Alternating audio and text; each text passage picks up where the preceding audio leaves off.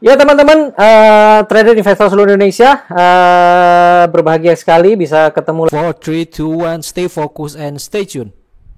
lagi, bisa mempersembahkan lagi video buat teman-teman. Kali ini saya mau kasih video sangat bagus, menurut saya materinya bagus, deep knowledge banget tentang salah satu sektor yang menurut saya bakal hot ke depan, karena sektor ini pasca krisis pasti hot, pasti kenceng, pasti bagus, dan tentunya katalis-katalis positifnya, pendorongnya apa itu juga nanti akan saya jelaskan untuk mengkonfirmasi bahwa sektor ini akan benar-benar bullish. Ya, kalau selama ini kita hanya bahas saham-saham yang langsung naik, kali ini kita bahas yang benar-benar sektor berfundamental untuk the next 2-3 tahun investasi kita ke depan yang naik sustain ya, bukan naik tinggi lalu turun lagi gitu, enggak. So, seperti biasa, mohon like, share ya dukungannya. Terus bagi yang belum subscribe, pastikan subscribe supaya nggak ketinggalan ya. Terus selanjutnya disclaimer, teman-teman, risikonya gede di bursa saham, maka sebelum klik buy, klik sell, pikirkan matang-matang, analisa matang-matang sebelum ambil keputusan, karena semua risiko di tangan teman-teman. Oke, saya lanjutkan ya. Oke. Seperti biasa, saya tidak pernah to the point ya. Saya selalu kasih globalnya, kasih makronya supaya teman-teman pengetahuannya bertambah. Nickel Futures, saya tampilkan Nickel Futures. Kenapa? Supaya tahu bahwa sejak April Nickel naik tinggi. Nah, itu aja yang paling penting. Nickel naik tinggi. Dah, pesannya cuma gitu aja. Nanti kita sambung lagi. Apalagi sekarang? Tin. Timah juga naik tinggi. Oke ya. Timah naik tinggi, Tins naik tinggi, Timah naik tinggi sejak setelah Setelah pandemi ya, setelah ya bisa dibilang krisis di ekonomi ya, setelah terjadi resesi atau di ujung resesi ini komoditi naik semua. Oke, ini coal ya, ini batu bara. Batu bara ini kontrak November kalau nggak salah, saya lupa. Ini naik juga, sudah berada di posisi 69,55. Mungkin ini kontrak November atau Desember. Coal Newcastle ya, acuan kita Newcastle. Kenapa? Newcastle itu nama pelabuhan di Australia yang ada tempat exchange harga batu bara. Karena Cina kan beli banyak dari Australia selama ini dan kita jualnya ke Cina. Kemudian market Asia juga acuannya Newcastle. Jadi acuan paling tepat tuh kita batu bara Newcastle. Bukan Belanda, Rotterdam, atau bukan Amerika yang ada Dow Jones Coal Index itu ya, sebaiknya pakai Newcastle. Newcastle juga sudah naik. So, nickel, tins, coal sudah naik. Kira-kira begitu ya. Oke, itu tadi preface saja. Kemudian sebelum lebih lanjut, saya mau kasih tahu bahwa sumber informasi dan penelitian yang saya lakukan itu bukan sekedar saya asal tulis, bukan sekedar saya asal comot atau dari saya ngarang sendiri, enggak. Semuanya pakai data, semuanya by data, semuanya menggunakan data-data riset penelitian yang dari sumber-sumber terpercaya ya. Di sini semua sumbernya ya. Jurnal Ekonomi MDPI, Jurnal Ekonomi Indonesia, publikasi Bloomberg Analyst, S&P Global Platts untuk komoditi, kemudian Asian Energy Outlook Conference ya. Ya, ini Outlook Energi se-ASEAN, dari conference-nya ada datanya, saya punya sumber-sumber lain yang relevan. Jadi dari data-data ini ya, saya nggak asal ngomong, artinya data-datanya valid.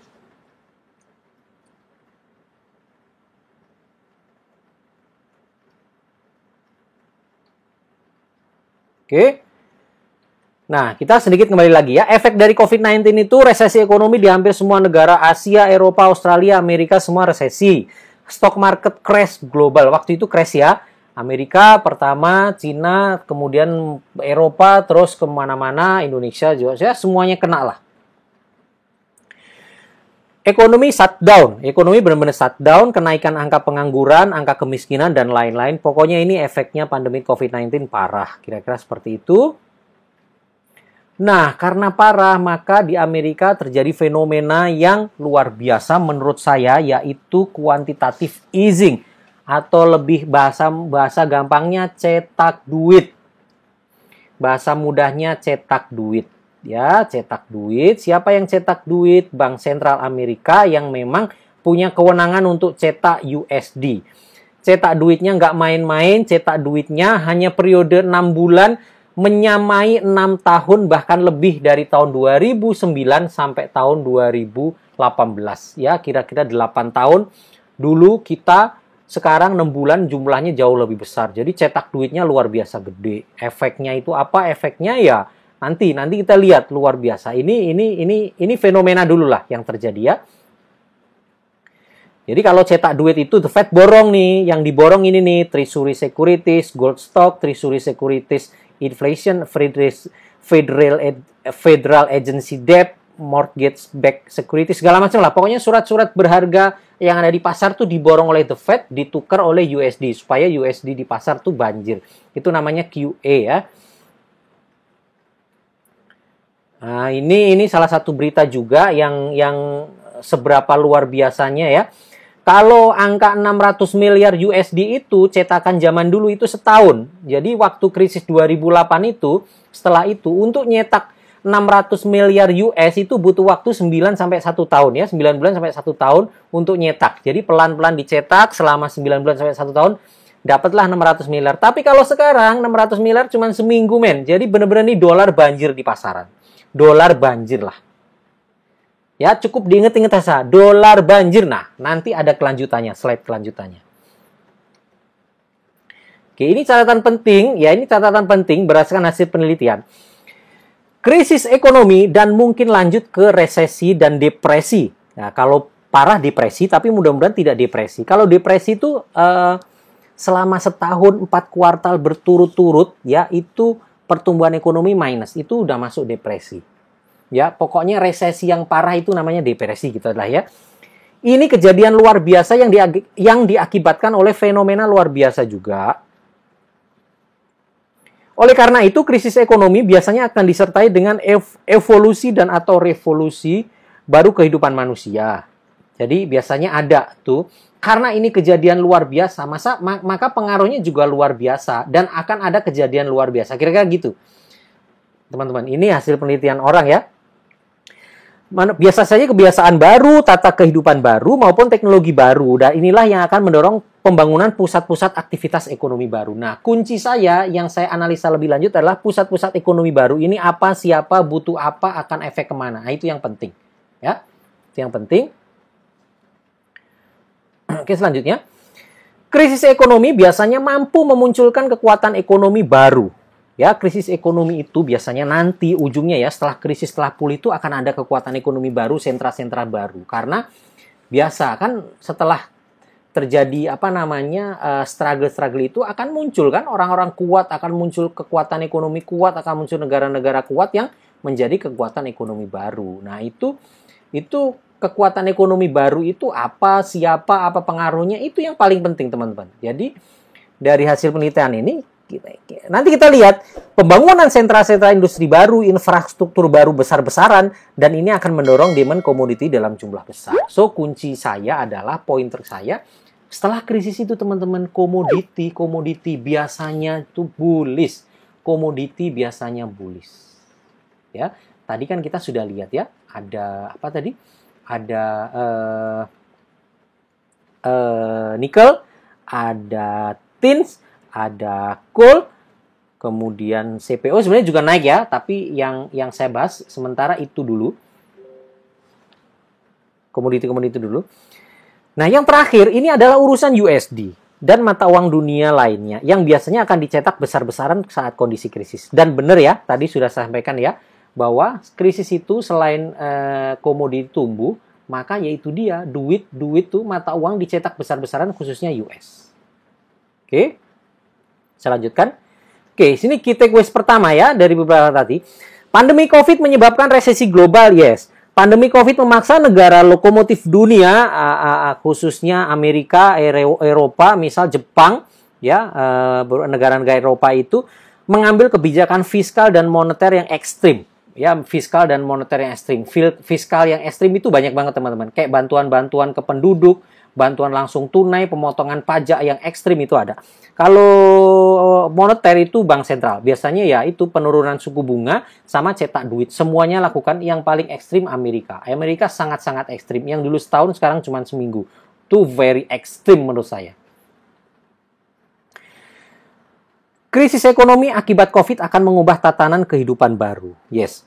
Kemungkinan terciptanya kekuatan ekonomi baru pasca krisis khususnya di ASEAN. Nah, kita lihat ya.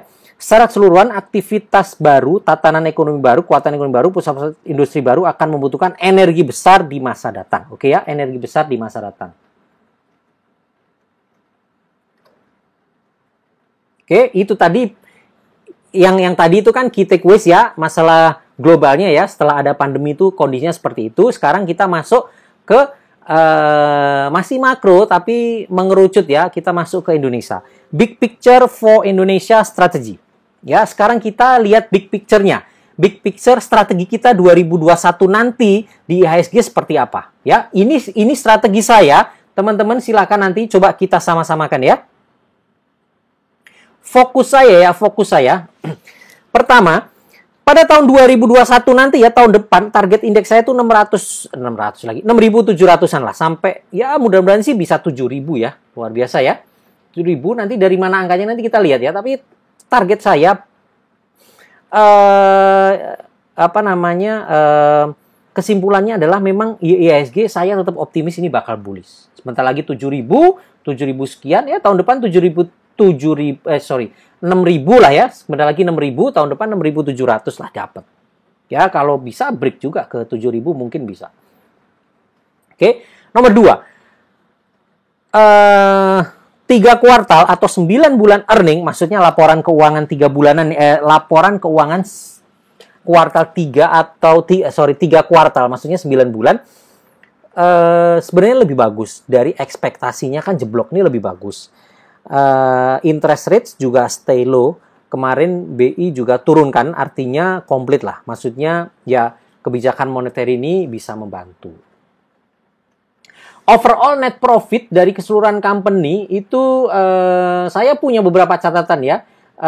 Dari beberapa company yang saya kumpulan, khususnya blue chip itu sekitar 21 sampai hampir 22 triliun pada 9 bulan itu net profit. Nah, dari perusahaan-perusahaan yang saya kumpulkan itu ya, sebenarnya kuartal to kuartal dibanding kuartal 2 kemarin kenaikannya sudah sekitar hampir 30%-an. Artinya apa? Artinya kuartal 3 memang pick up banget, maksudnya sudah recover gitu loh ya. Dan year on year-nya penurunannya ya tinggal 20%. Ya, nggak signifikan. Ya, buat saya ini cukup surprise, artinya memang ekspektasi saya waktu itu ya belum sebagus ini, tapi ternyata sudah bagus. Oke. Fokus saya ketiga, Omnibus Law, lagi-lagi Omnibus Law implementation ya. Ini implementasi Omnibus Law ini juga salah satu pil vitamin kuat sih buat IHSG. Menurut saya ini salah satu yang kuat nih, perlu saya catat juga di sini. Nomor 4 adalah cyclical higher beta stock, my favorite for big reward ya. Nah, sekarang kalau teman-teman mau cari big reward, kalau saya cari saham-saham pertama yang cycle ya, yang siklus, yang terjadi siklus. Yang saham yang nggak siklus tuh Unilever, Sido, Mayora, itu bukan siklus, teman-teman. Jangan cari yang begitu, kurang. Kalau mau big reward, cari yang siklus. Siklus tuh batu bara. Pokoknya yang jeblok, abis jeblok naik tinggi. Properti itu siklus. LPKR itu yes, itu siklus, abis jeblok. Dia kalau confirm naik bullish, kenceng itu barang. Jangan beli Mayora, naiknya dikit. Itu barang nggak siklus. Jangan beli Indofood lagi, buang. Kenapa? Bukannya jelek, kurang kenceng. Sekarang waktunya saham siklus naik kenceng. Properti, energi, batu bara itu lagi naik kenceng. Itu favorit saya itu sekarang. Ya, nomor 5, setelah 1 dan 4 positifnya, nomor 5 resikonya. Ya, risiko tetap ya. COVID case ya, kemungkinan nanti ada delay vaksin. Satu lagi kemungkinan penguatan USD, tapi menurut saya sih ini enggak ya. Karena gini, kenapa ini resiko? Karena perusahaan-perusahaan di Indonesia tuh sangat sensitif sekali dengan kenaikan US kalau US-nya naik. Saya tetap cantumkan sebagai risiko supaya teman-teman tiap hari itu pantau US ini kayak apa gitu ya. Tapi ya buat saya sih sebenarnya justru US tuh melemah lah. Ada risiko tapi ya kecil lah. Oke, saya lanjutkan ya. Nah, ini dia. Ini saya dapat dari Citi Research, Bloomberg juga. Dia dapat datanya. Ini adalah MSCI. Ini PE-nya eh IHSG ya, versi MSCI sekarang posisinya sekitar 15-an. Terus tapi nanti tahun depan kan laba-laba naik, PE-nya turun kalau indeksnya nggak naik. Makanya kalau labanya naik, indeksnya harus ikut naik. Nah, untuk itulah target saya di 6.700. 6.700 itu sebenarnya sekitar PE ini sih sekitar 1,6 inilah, di sinilah. PE 16 atau PE 17 lah ini sebenarnya. Nggak terlalu jauh-jauh kemana juga. Jadi kira-kira hanya di range itu. PE 16 lah, PE 16 setengah sampai 17 itu sudah sekitar 6.700. Nah, syaratnya untuk ke situ ya memang laba-laba perusahaannya harus naik, dan saya optimis tahun depan udah pasti naik.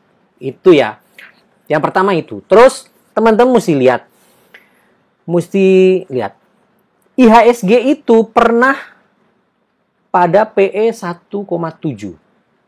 Ini tinggi ya. Ya, di sini ya. Maksudnya pernah di harga itu tinggi. Plus pernah lagi, ya ini ya, pernah lagi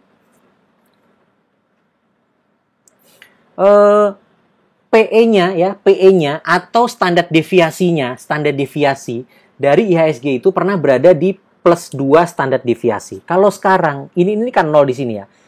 Kalau posisi sekarang ini standar deviasinya itu plus 1,5.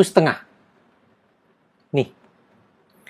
1,5 atau 1, belum 1,5 nih ya. Jadi IHSG itu pernah pada standar deviasi 2. Artinya apa? Artinya IHSG itu pernah dihargai mahal oleh market. Dalam kondisi tertentu IHSG pernah dihargai mahal. Artinya saat itu super bullish. Kenapa? Ya, asal kondisi-kondisi terpenuhi, IHSG pasti akan bisa ke sana lagi. Nah, kalau IHSG itu dihargai dua standar deviasinya, maka ya bisa 7.000-an. IHSG bisa 7.000. Mungkin tahun depan kalau dihargai seperti itu bisa 7.000. Nah, apakah benar bisa dihargai? Nanti kita lihat kekuatannya di mana. Oke, ini net foreign inflow, gitu ya. Ini catatan penting asing ya, catatan penting asingnya ya. Pokoknya nggak usah bingung masalah standar deviasi yang tadi. Pesan saya cuman begini aja. Tahun depan IHSG pasti 6.000, 6.700 ini nyampe. IHSG pernah dihargai mahal pada saat kondisi market bullish, pada saat kondisi ekonomi bagus, plus asingnya masuk kenceng, dihargai 2 kali standar deviasi. Kalau itu terjadi IHSG 7.000, udah gitu aja. Kalau slide yang tadi kira-kira. Sekarang masalah asing nih ya. Asing itu sejak 2017 itu keluar. Jumlahnya 9 billion US, 9 miliar US. Tinggal ditranslate saja ke rupiah. Terus, hari ini kepemilikan asing tinggal 48%.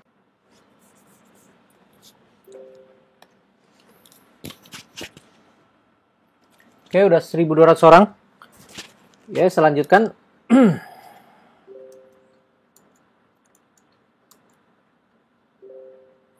Oke, koneksinya aman. Saya lanjut lagi. Nah, gini, simpelnya gini ya. Asing ini gini, teman-teman. Di IHSG asing itu dari semenjak 2017 dia keluar terus asing tuh. Keluar terus dari 2017 keluar, dari 2017 keluar totalnya 9 miliar, ya. Terus kapan asing masuk? Asing mulai net buy itu November ini. Mulai net buy November ini, dan itu baru kecil, baru dikit aja. IHSG udah bullish banget kan? Nah, nomor 2 yang paling luar biasa lagi, ya, yang paling luar biasa lagi adalah kepemilikan asing saat ini sudah di bawah 50%, tinggal 48%. Dan ini terendah sejak 2009. Artinya apa? Artinya teman-teman, Asing itu sudah pada di luar. Mayoritas di luar. Ada kemungkinan asing akan masuk lagi seperti pada posisi sebelum mereka keluar. Kalau itu terjadi, asing masuknya akan kenceng banget. Let's say 9 miliar US masuk lagi. Itu bisa bullish gila-gilaan. IHSG. Itu dia. Maksud saya itu. Ya, jadi posisi hari ini, market bullish begini itu, asing baru masuk dikit. Marketnya udah bullish.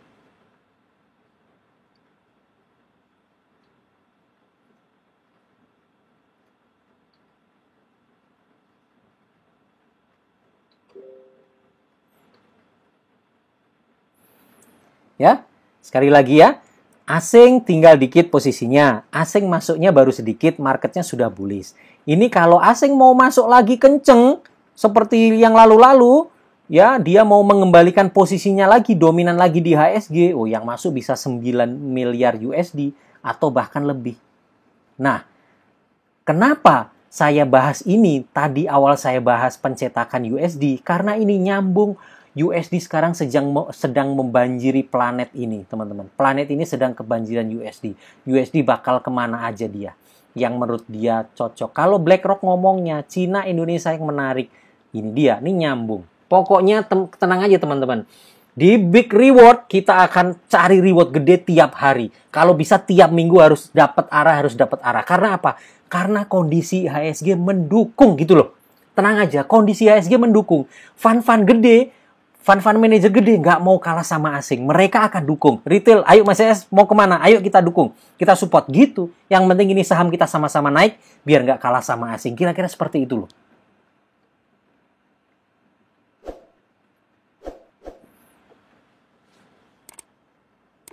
Nah, kira-kira begitu. Itu kondisinya sudah mendukung seperti itu.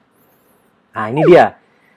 Net foreign inflow ya, ini inflow selama 12 bulan ya, inflow selama 12 bulan sampai Oktober itu posisinya masih minus. Nah, ini khusus November ya, dari 1 November sudah mulai plus 477 juta USD. Ini belum 5%-nya, ya kira-kira ya 5% lah, baru 5% yang keluar ini teman-teman. 95 belum. 5% saja kondisinya udah pesta, apalagi kalau 95% sisanya masuk, udah pestanya kayak apa itu. Nih liatin, kepemilikan asing rendah banget. Kalau mereka mau mengembalikan dominasinya, oh kita bullish kenceng lagi. Euforia banget. Nah, itu teman-teman harus tahu. Makanya banyak tanya ke saya, Mas ES banyak yang bilang IHSG bakal crash, market bakal crash. Anda tanya ke mereka, yuk ngomong crash apa? Dasarnya apa? Harus ada dasarnya dong. Harus ada dasar analisanya. Dan yang runtut, kenapa begitu, kenapa begini? Kalau saya kan runtut. Mas ES, kenapa kok yakin asing bakal masuk loh? USD-nya banjir kok. Mas ES dari mana tahu USD banjir loh? QE-nya kenceng kok. Ada indikator nggak? Ada itu, Bitcoin naik kok. Jadi lengkap. Harus begitu.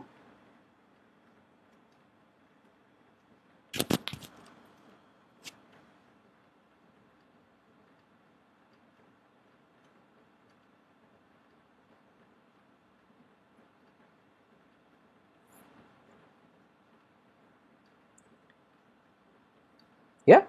Jadi teman-teman harus kalau ada berita gitu harus cerdas lah ya. Kalau sudah gabung grupnya saya, grupnya Mas ES, harus cerdas, harus kritis. Semuanya harus ada alasan yang masuk akal. Oke ya, kita lanjutkan ya. Nah, sekarang key takeaways pertama.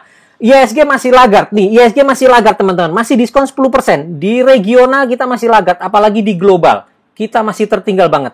Asing baru masuk 5%. Posisinya net sell sejak 2017. Kalau masuk semua kenceng. Kepemilikan asing tinggal 48%, terendah sepanjang sejak 2009. Ini bagus. Target IHSG saya 6.700 ya pada 2021 ya akhir lah ya. Kemudian IHSG pernah berada di standar deviasi 2. Ini bisa ke 7.200-an. Ya, so optimis. Ini makronya banget, kita harus optimis. Sekarang kita masuk ke coal. Nah, kita sekarang ngomongin coal batubara.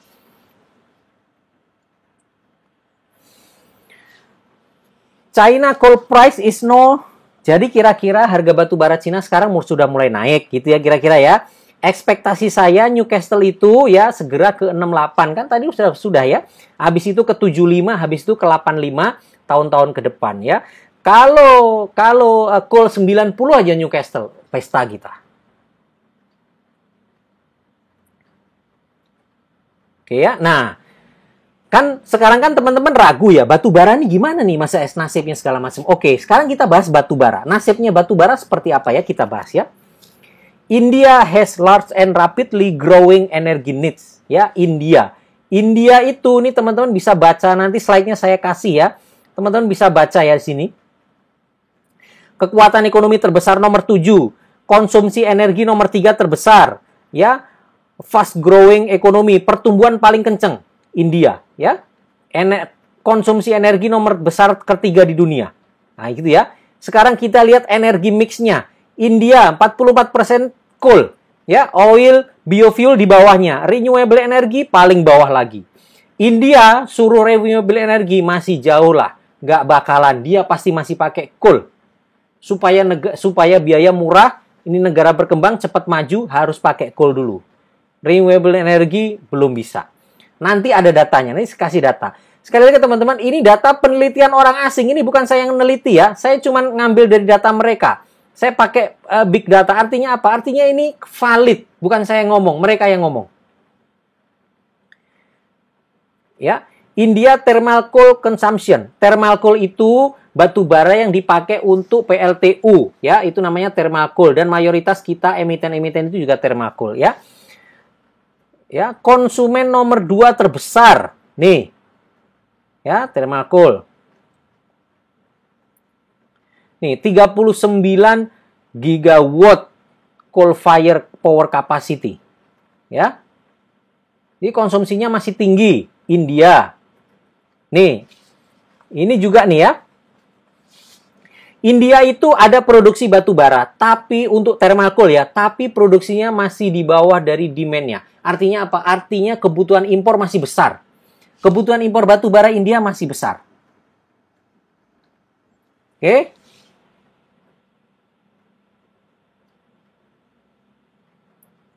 India thermal coal output hasn't kept up with its consumption over the past decade. Ya, jadi selalu kurang. Dia pasti impor.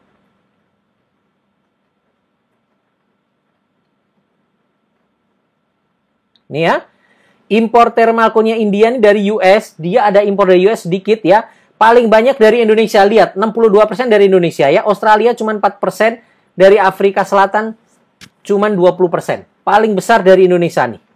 Nih. Tuh. Ya. Importer thermal coal terbesar nomor 2 di dunia. Oke.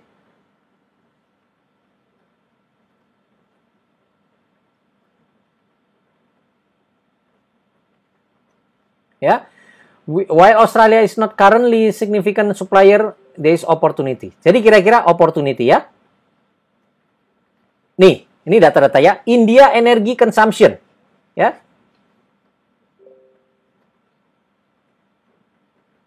Tahun 96 yang warna ini tahun 2016. Ini pertumbuhan selama 10 tahun ya. Yang paling kencang tumbuhnya memang China ya. Amerika Serikat flat, Eropa flat ya. Lalu India. Ini Eropa kan gabungan ya. Lalu India. Jadi India memang nomor 3 konsumsi energinya setelah Cina dan Amerika. Ya.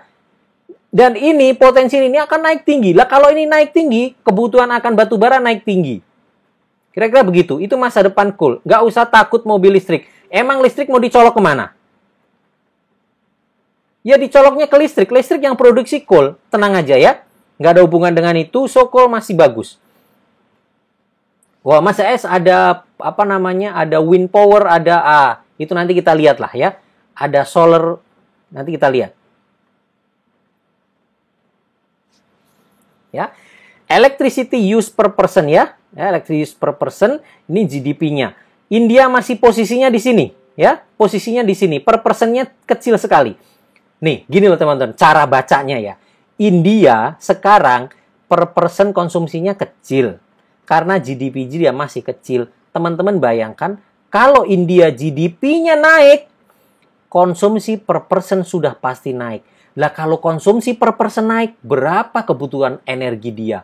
Lah sekarang aja dengan posisi dia nyempil di sini, dia sudah jadi nomor 3 loh negara. Lah kalau dia nanti GDP-nya naik, konsumsinya naik, dia bisa jadi nomor 1. Itu kebutuhan coal-nya gede banget.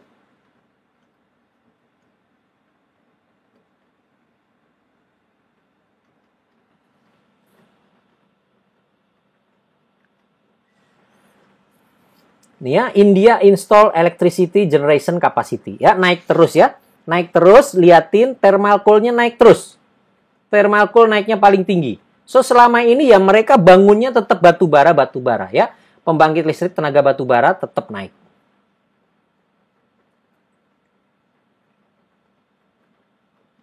Oke, ini India ya, India. So, India confirm ya, India aman. So, sekarang kita ke Southeast Asia. Asia Tenggara. Ini mapnya Asia Tenggara. Executive Summary. Ya, Executive Summary. Ini kira-kira penjelasan bahwa ASEAN itu salah satu daerah atau area ya. Ya, area atau region yang maju, konsumsi energinya juga naik pesat.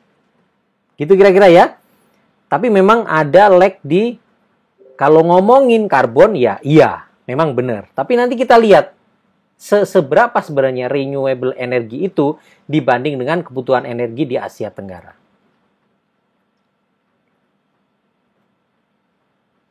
Nih ya. Populasinya bertambah cepat Asia Tenggara. Ya, populasinya bertambah cepat. Terus kemudian Southeast Asia economy impressively increase dari 1,2 triliun menjadi 2,9 triliun. 146% GDP pertumbuhan ya. Jadi pertumbuhan ekonominya pesat Asia Tenggara. Makanya tadi saya bilang Asia Tenggara ini bisa jadi satu kekuatan ekonomi baru nanti ke depan. Ini teman-teman bisa baca catatan-catatan ini, nanti PDF saya kasih. Kalau teman-teman mau dokumen asli penelitiannya nanti saya kasih. Supaya teman-teman yakin bahwa India aman. Cina, yes, Cina stabil. India bakal increase. Asia Tenggara naiknya bakal kenceng nanti kebutuhan coal-nya. Jadi nggak usah takut masa depan coal.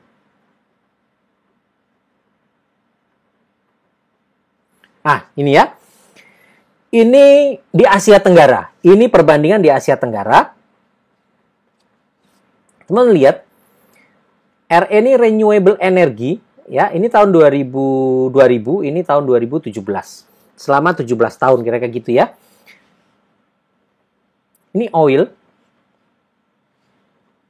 Primary energy demand ya, primary energy demand ya. Jadi batu bara yang naiknya signifikan. Jadi memang selama ini yang dibangun tetap PLTU ya, coal fire power plant. Nah ini catatan penting ya, ini catatan penting. Lihat, Japanese power companies attributes power plant capacity. Nah yang bangun PLTU di Asia Tenggara itu memang mayoritas teknologi dari Jepang ya, Jepang, perusahaan-perusahaan electricity Jepang yang bangun PLTU termasuk di Batang punya Adaro itu juga. Itu sudah ultra super critical tipenya. Lihatin coal yang sudah beroperasi ya, yang sudah beroperasi ini dalam gigawatt ya. Ini yang punya Jepang nih ya, ini yang punya Jepang. Jepang juga masih nih, lihatin. Sudah punya sekian, sekarang sedang pembangunan. Pembangunannya lebih tinggi dari existing Jepang. Artinya apa? Artinya Jepang memang masih investasi di coal fire power plant di Asia Tenggara ini ya.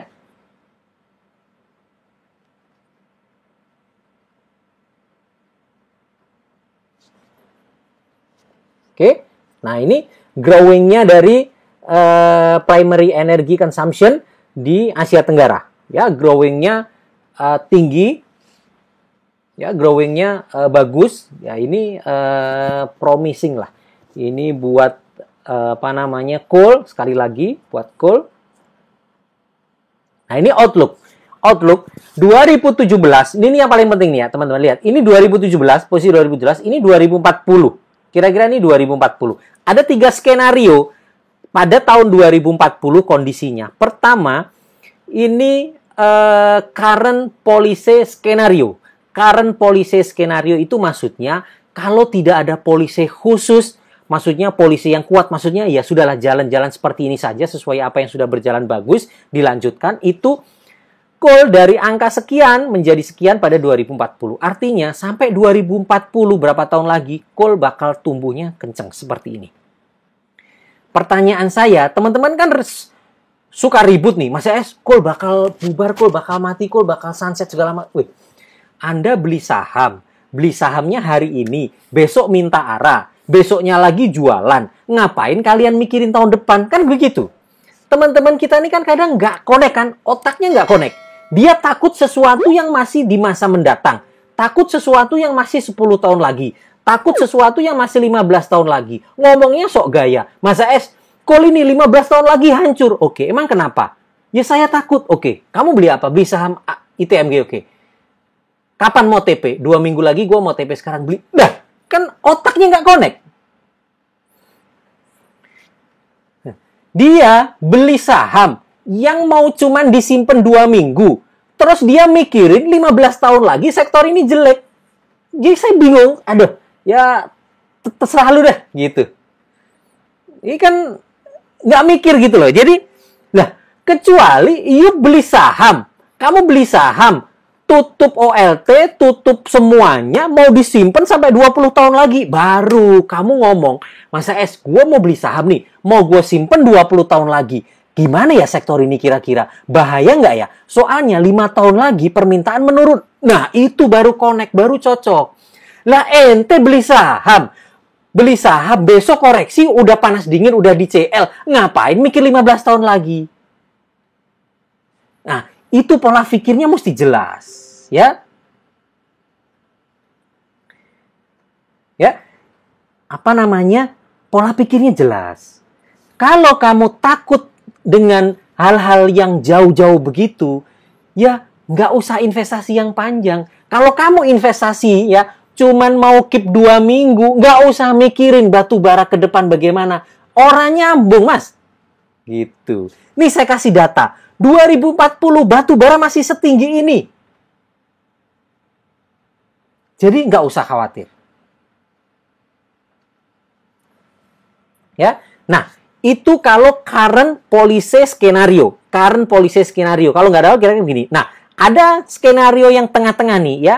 Ya, ini skenario kalau ada new policy skenario, NPS ya. New policy skenario yang tengah nih ya. New policy skenario kalau kira-kira ada skenario tambahan. Oh, negara kita harus bikin ini loh, renewable energy loh. Nah, kira-kira kemungkinan negara ASEAN itu menurut penelitian ini dia berada pada posisi CPS dan NPS, tengah-tengahnya. Antara current policy dan new policy. Di tengah-tengah itu. Itu yang paling bisa dilakukan negara-negara ASEAN hanya di situ. Nggak bisa yang lain. Artinya apa? Artinya, coal masih akan tumbuh sebegitu kuatnya. Masih seperti itu. Nah, tapi kalau cuma mau beli saham, besok mau arah, nggak usah pusing-pusing dah. Pokoknya tenang, minggu depan saya kasih saham batu bara. Nanti besoknya arah. Nggak usah ribet-ribet. Ini buat yang mau investasi simpen 2-3 tahun. Supaya pinter. Supaya saat dia beli saham mau disimpan. Kalau diskusi dengan teman-temannya. Di forum ada yang ngomong batu bara bakal mati. Teman-teman udah pandai. Sudah bisa menjelaskan. Sudah bisa berdebat. Sudah bisa kasih masukan. Ini loh datanya. Gitu.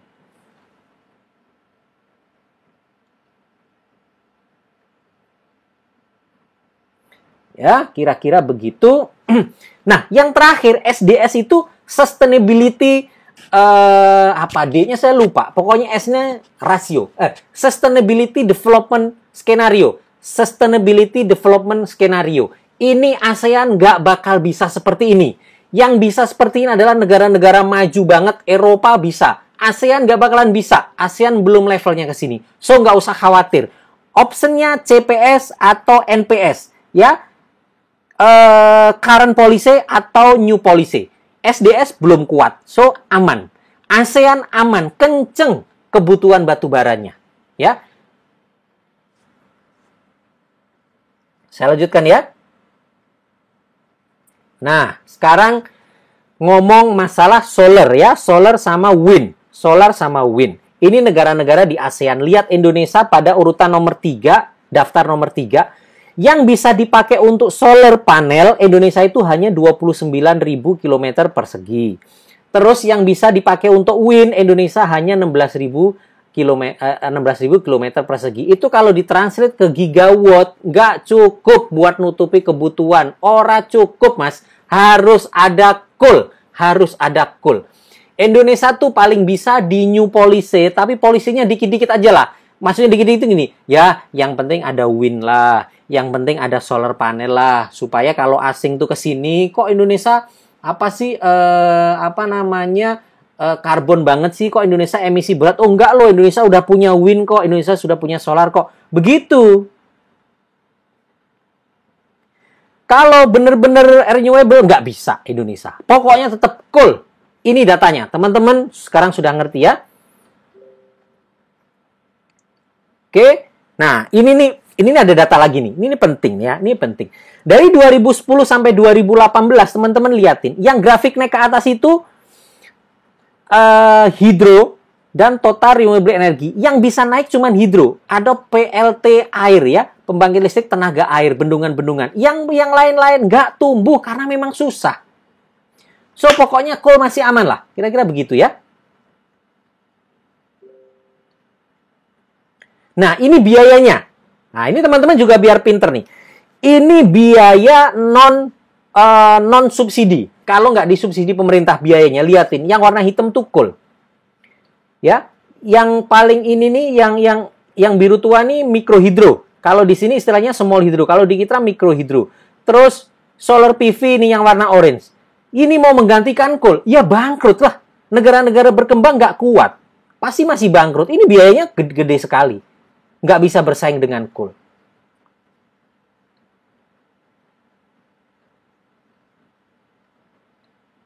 Yang hijau ini biomas. Biomas mahal sekali ini malah.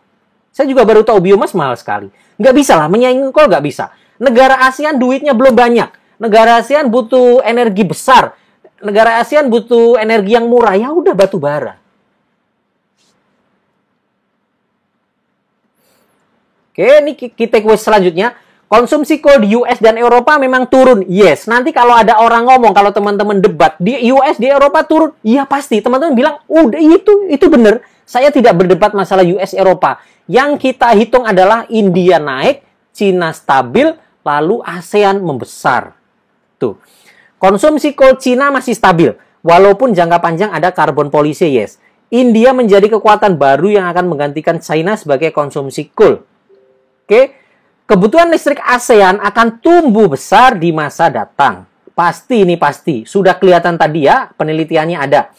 Coal menjadi pilihan utama karena ASEAN belum akan semaju Eropa dalam sustainability policy. Dalam waktu dekat lah ya, sampai 5-10 tahun belum kuat seperti Eropa ya. Ya, sekali lagi ya, teman-teman ingat ya, jangankan 10 tahun. Ente simpen saham setengah tahun juga belum tentu kuat. Kan gitu kan, jadi nggak usah mengkhawatirkan sesuatu yang masih di masa mendatang kalau teman-teman nggak akan ke sana. Ya. Teknologi ultra super critical dari Jepang untuk coal akan membantu menekan emisi dari PLTU. Nah, ini sebenarnya ini solusi. Kan sekarang kan kenapa nggak mau coal? Kan karena emisi. Nah, Jepang itu punya namanya ultra super critical. Ini pokoknya menekan emisi dari PLTU. Teknologinya dipakai di Batang itu salah satunya ini, ultra super critical. Jadi, semuanya terjawab bahwa coal aman ya, coal aman. Terus gini, teman-teman ya, kalau di Indonesia itu, kalau pakai solar panel itu nggak bisa 24 jam, malam-malam udah gelap. Indonesia banyak hujan, setahun nggak bisa full. Jadi susah, nggak bisa. Menggantikan nggak bisa lah. Terus sekarang PLTU ya, yang dari coal ya. Yang dari coal ini teman-teman yang kerja di PLTU mungkin tahu. Pembangkit listrik batu bara itu teman-teman, saya kasih tahu, itu tidak bisa dimatikan seenaknya. Sekali dia nyala, sekali dia makan batu bara, sekali dia konsumsi batu bara, dia akan konsumsi batu bara seumur hidup itu PLTU. Sampai itu jebol nanti berapa puluh tahun ke depan sampai nggak bisa dipakai. Dia akan konsumsi terus tiap hari non-stop. Jadi once sebuah coal fire plant itu kalau setelah nyala konsumsi sekian, dia akan sustain terus pakai batu bara. Artinya permintaan batu bara itu stabil. Kenapa? Karena si pembangkit listrik batu bara itu nggak kayak diesel, teman-teman. Diesel tuh enak, dimatiin ceklek mati, dinyalain gereng, listrik langsung nyala. Batu bara tuh nggak bisa. Dia kalau mati, kalau shutdown, nyalainnya bisa 2 minggu itu, baru on listriknya.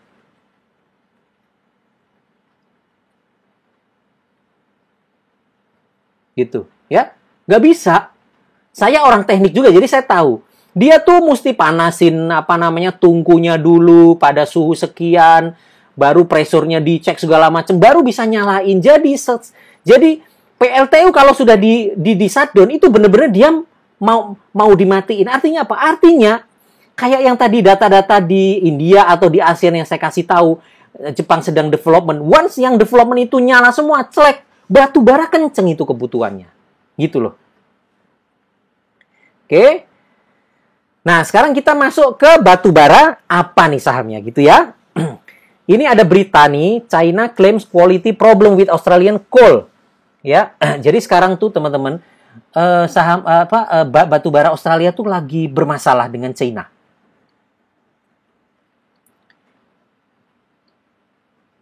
Ya. Lagi bermasalah dengan Cina, itu di stop semuanya. Ini nih yang ngeri nih. Sekarang tuh banyak kapal batu bara itu ngantri di pelabuhan Cina, nggak bisa bongkar.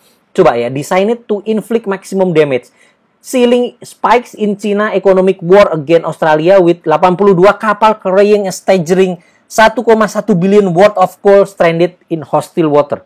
Ya, ini berita, ini gambarnya. Kapal-kapal tuh pada nungguin dibongkar, nggak bisa bongkar ya. With 1.500 seafarer on board tuh. 1.500 pelaut tuh di on board. Ini lagi kacau lah ya, Cina dengan Australia ini ya. Dan ini ada satu nih.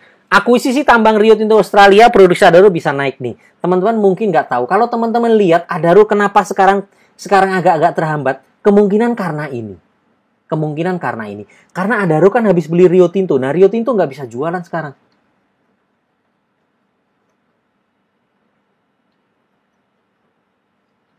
Ya, Adaro khawatirnya itu. Nah, kalau topik saya sebenarnya bukan Adaro, ya, topik saya bukan Adaro, tapi nih, saya ITMG. Kalau teman-teman mau yang blue chip, pilih ITMG, ya. Nah, nih, kalau saya compile ya dari awal tadi ya, US banjir bakal masuk, IHSG bakal bullish kenceng. Terus setelah krisis itu komoditi bakal naik kenceng. Terus abis itu kebutuhan listrik India, ASEAN bakal kenceng. ITMG menurut saya bisa sekenceng ini nanti. Balik lagi ke harga ini. Ada potensi ke sana. Saya gambarkan chart gedenya ini supaya teman-teman nggak, was mahas ITMG sudah terlanjur naik. Yes. Kalau untuk short term, untuk trading, iya dia memang naik. Kan saya sudah calling ITMG dari 7.900, ada videonya. Tapi teman-teman lihat posisinya masih di sini ITMG tuh. Masih di sini posisinya ITMG. Kesininya masih jauh. Tapi teman-teman, ini investasi ya. Ini keep lah 3. Ini berapa tahun nih? Ini 2019. Ini nih ya cuma 2 tahun kok. Kalau benar-benar bullish. Kalau teman-teman lihat video saya yang webinar keempat saya sampaikan. Hari ini, saat-saat ini, kondisi market itu ya, kondisi market dunia itu bisa seperti 2009 loh. Persis seperti Obama naik, sama dengan sekarang Joe Biden naik tuh sama nanti polisinya. Kemungkinan besar bullishnya bisa sama. ITMG kemarin teman-teman lihat, ditarik gak ada berhentinya. Setiap hari naik kenceng tuh ITMG. Nah ini kalau mau investasi ini. Nanti detail nanti menyusul, nanti di grup lah, nanti kita hitung-hitungan segala macam nanti detail. Tapi saya kasih makronya aja di sini biar teman-teman ada ilmunya ya. Nah, ini nih ada juga di sini keunggulannya, nggak punya hutang berbunga ya, zero debt. Oke, dividend play, dividennya tinggi, uang kasnya banyak ya. Cadangan batu bara masih cukup untuk 20 tahun. Nah, ini sama nih ya, yang nomor 4 ini saya highlight juga.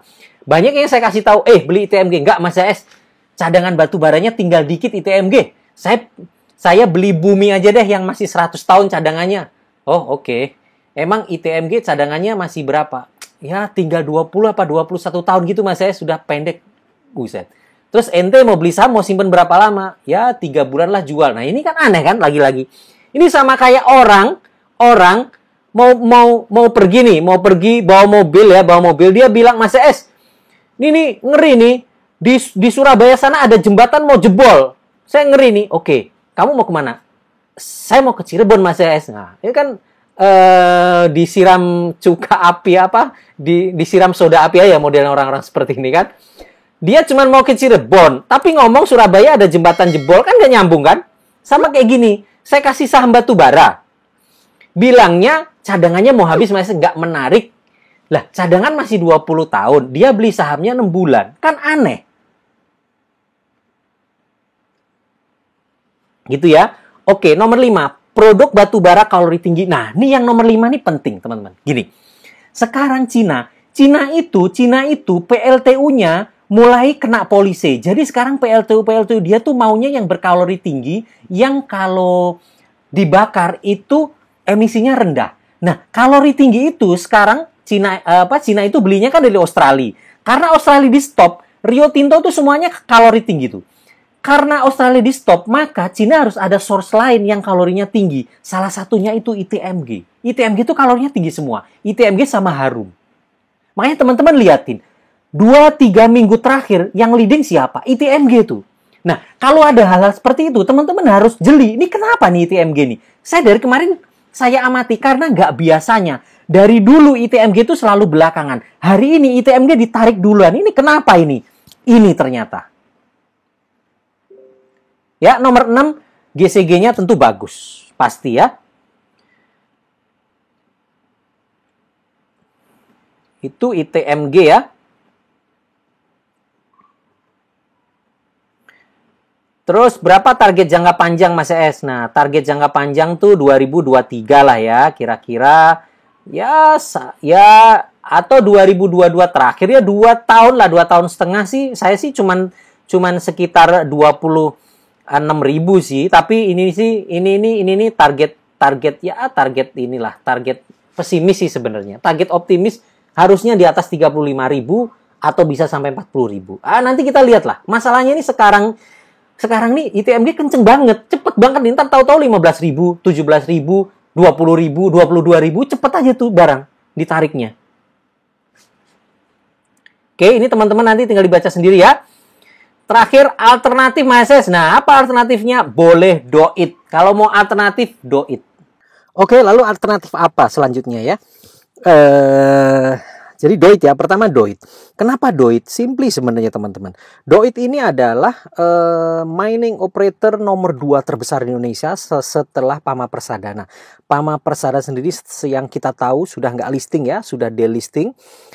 Delisting sukarela, Pama Persada di bawah United Tractor. Jadi yang ada United Tractor. Hanya di dalam United Tractor itu kan bisnisnya banyak. Yang paling besar masih jual alat berat. So, pilihan investor untuk operator tambang batubara terbesar tentu yang ada di bursa tentu doit ya, tentu doit. Sebenarnya kita tidak perlu rumit-rumit membahas doit sebenarnya.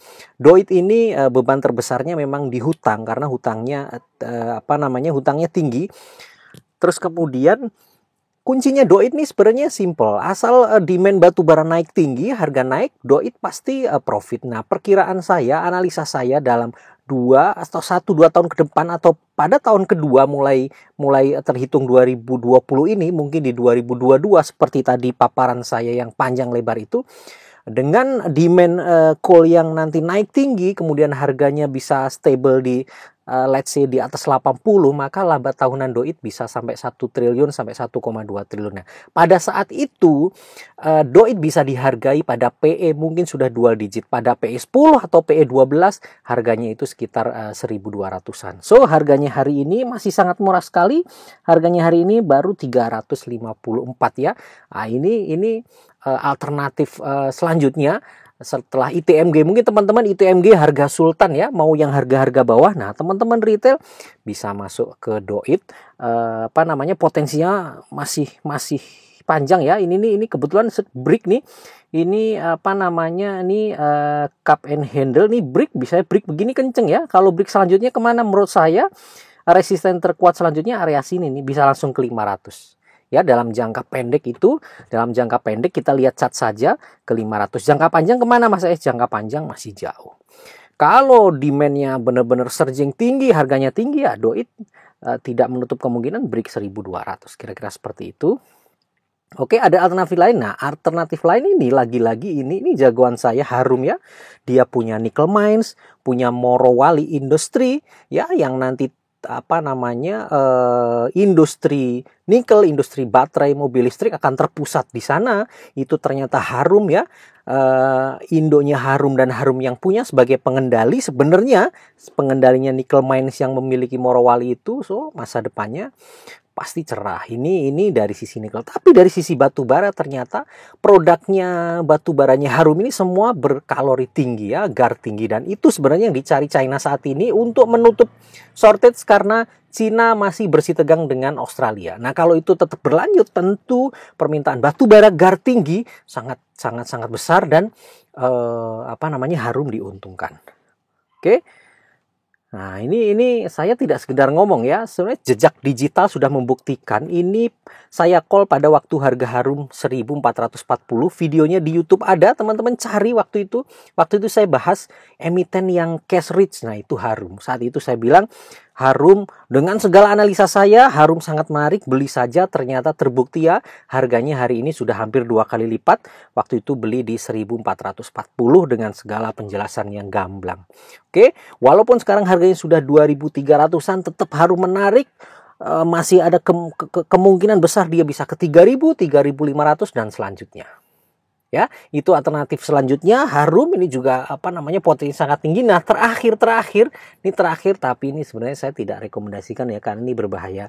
Tapi kalau ngomongin batu bara ke China, ngomongin GAR tinggi, saya tetap sampaikan dari sisi bisnisnya, sisi industri batu bara di Indonesia, ya itu harus saya sampaikan bahwa sahamnya ini tata kelolanya nggak bagus, ya itu hal lain. Itu Bumi teman-teman sebenarnya. Bumi itu anak-anak usahanya Bumi, KPC dan Arutmin itu GAR-nya juga tinggi, dan itu juga karena dia produksinya besar sekali. Harum pun kalah ya.